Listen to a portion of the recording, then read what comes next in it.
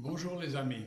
Aujourd'hui, je vais vous parler d'un livre qui me tient très à cœur parce que l'aventure se passe aux alentours de Genève, entre Annemasse et Annecy, Chambéry, et puis ensuite en Suisse allemande, à Zurich, et continue vers l'Allemagne. Et voilà. Alors, je vais vous lire le prologue. Parce que cette histoire a commencé en fait suite à une affaire qui avait mené le commissaire Galindo à devoir aller témoigner à Vienne pour un énorme procès qui allait se tenir là-bas. Alors, ils sont grimpés dans un beachcomber parce que son patron lui a dit « Nous sommes convoqués à Vienne et comme vous êtes le protagoniste et le principal témoin, disons, de toute cette affaire, vous pourrez mieux la raconter que moi. » Alors, d'abord, il faut se remettre que l'avion est parti du nord de Barcelone. Il y avait un juge d'instruction qui était plus ou moins impliqué dans l'affaire, le patron de Galindo, que l'on surnomme l'élégant, et Galindo lui-même. Arrivé au-dessus des Alpes, il y a eu un problème et le pilote leur dit « Écoutez, messieurs, la situation est grave, nous sommes très secoués, j'ai un moteur, c'est en train de givrer, donc j'ai un moteur qui est en panne, je ne vais pas pouvoir tenir longtemps. Alors je vous prie de mettre les parachutes, vous les avez sous votre siège, et dès que je vais ralentir, et je vous prierai de sauter, vous atterrirez dans la neige, ce qui ne devrait pas se passer trop mal. » Ces messieurs s'exécutent, et puis finalement, ils descendent en parachute. Alors la nuit est glaciale, et le mauvais temps est là, et à ces altitudes, on est quand même au-dessus du Mont Blanc et de toute cette région des Alpes, c'est-à-dire que les sommets culminent facilement au-dessus de 3 voire 4000 mètres. Le pilote reste dans son avion, le copilote est là également, et Galindo, le juge et l'élégant sautent. Galindo, qui a fait son service militaire, se souvient avoir sauté et puis se dit dans la neige, ça devrait être un peu comme tomber dans de l'eau ou dans un sable relativement léger.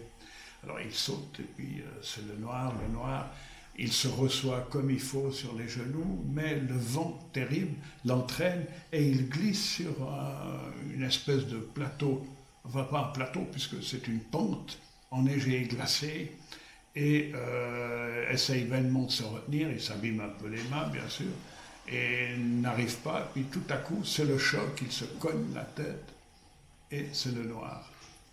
Alors la suite va emmener Galindo d'abord à l'hôpital, parce qu'on le retrouvera plus tard sur la route entre Cluses. Cluses, c'est dans la vallée de l'Arve, entre Chamonix et Genève. On le trouvera sur le bord de la route, dans une tenue de chemise de nuit d'hôpital, errant à pieds nus sur le bord de la route. Alors on l'emmène à la gendarmerie. À la gendarmerie, un des gendarmes dit « Mais ça me dit quelque chose, ce monsieur ?» Et l'autre, c'est quoi? C'est un malade, il faut l'emmener à l'hôpital.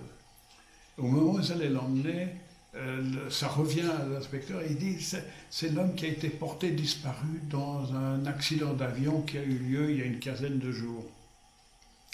Alors il faudrait peut-être l'emmener à Genève, puisque c'est à Genève que l'on a signalé le cas, la disparition, et que c'est eux qui sont le mieux outillés. D'ailleurs, je vais aller voir le chef. Chef, qu'est-ce que nous faisons avec cet homme qui semble être un commissaire de police qui était convoqué à Vienne et puis qui a disparu dans un accident d'avion où on a retrouvé tout le monde sauf lui qui avait été porté disparu. Alors l'adjudant qui commandait, je ne sais pas s'il est adjudant, hein, enfin le chef du commissariat ou du poste de gendarmerie, il dit, ben, écoutez, je viens de recevoir un téléphone de Genève qui me confirme, parce que je leur ai signalé donc votre découverte, et ils me confirment qu'ils aimeraient le voir à l'hôpital à Genève. Tout est préparé à l'hôpital de la Tour, qui se trouve au nord de Genève. Par l'autoroute de contournement, vous y serez rapidement. Voilà. Alors pour la suite, ben, achetez le livre. Alors vous pouvez acheter le livre soit dans une librairie. En Suisse romande, malheureusement, la France et disons les zones francophones doivent le commander. C'est Servidis qui fait la distribution, mais il faut le commander. Par contre, pour les Suisses ou les Français voisins, ils peuvent me le commander sur mon site https://2.2/fraction HHA-du-milieu édition au pluriel.com et je l'enverrai facilement et dédicacé de plus si on me le demande.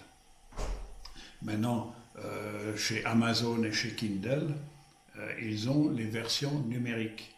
Alors vous pouvez l'acheter de la même manière.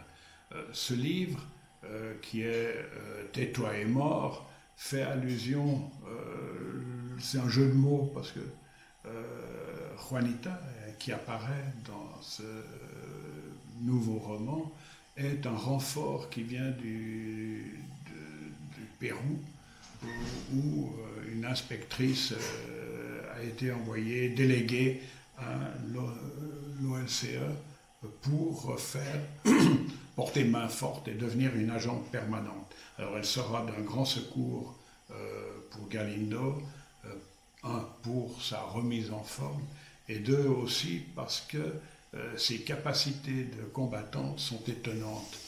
C'était une excellente inspectrice, elle est experte en arts martiaux et a des qualités indéniables.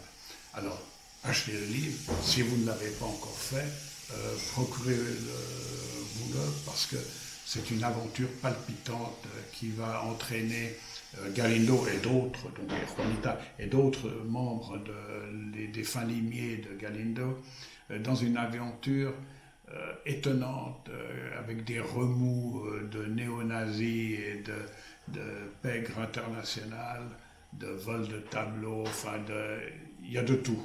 Il y a de tout et Galindo aura de la peine, mais ils arriveront, ils s'en sortiront. Voilà, bonne lecture, au revoir.